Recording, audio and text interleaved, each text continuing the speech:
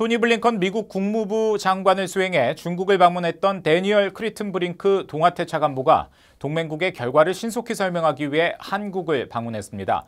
미국은 중국이 책임 있는 태도를 취하며 한반도의 평화와 안정에 기여할 것이라는 기대를 여전히 갖고 있다고 밝혔습니다. 조상진 기자가 보도합니다. 미국 국무부의 데니얼 크리튼브링크 차관보는 21일 서울에서 한국 외교부 최영삼 차관보와 회담하고 장호진 외교 1차관을 예방하면서 중국 방문 결과를 설명했습니다. 이후 서울 외교부 청사에서 기자들을 만나 중국은 북한의 도발 중단과 협상 테이블 복귀를 독려하기 위해 영향력을 행사할 역량과 책임을 모두 갖고 있다는 점을 중국 측에 분명히 전달했다고 밝혔습니다.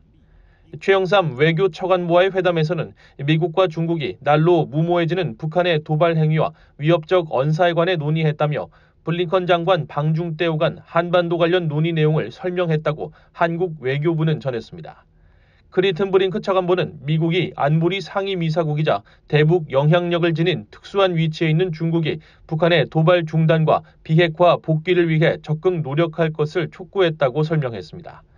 또 미중 관계와 관련해서는 오해나 오판에 따른 충돌 가능성을 방지하기 위해 중국 측과 고위급 소통 채널을 유지하면서 자유롭고 개방된 규범 기반 국제 질서를 수호하기 위해 한국을 비롯한 동맹국과도 계속해서 긴밀히 협력해 나가겠다는 입장을 밝혔습니다.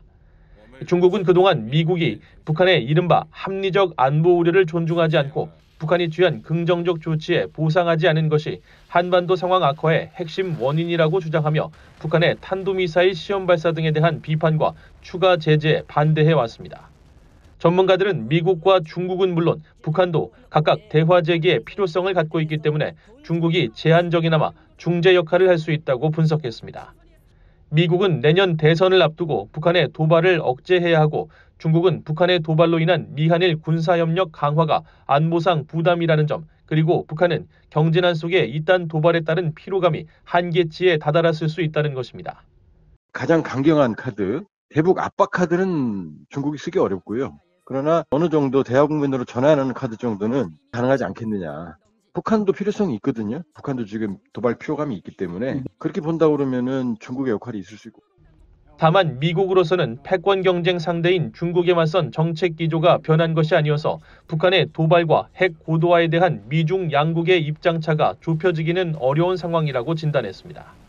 지금과 같이 미국의 대중국 견제가 계속되고 있는 한 중국은 북한의 도발보다는 북중 관계가 더 중요하다는 기존의 견해를 계속해서 나타내고 있는 것이고, 그런 차원에서 중국은 미국이 북한과의 대화 조건을 북한이 원하는 대로 좀 고쳐달라는 그러한 뉘앙스인데, 거기에 대해서는 미국은 과거와는 변함이 없는 그러한 대북 스탠스를 계속 유지를 하고 있는 것으로 보입니다.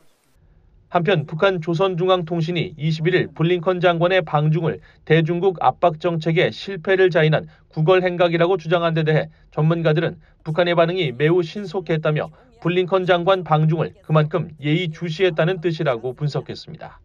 VOA 뉴스 조상진입니다.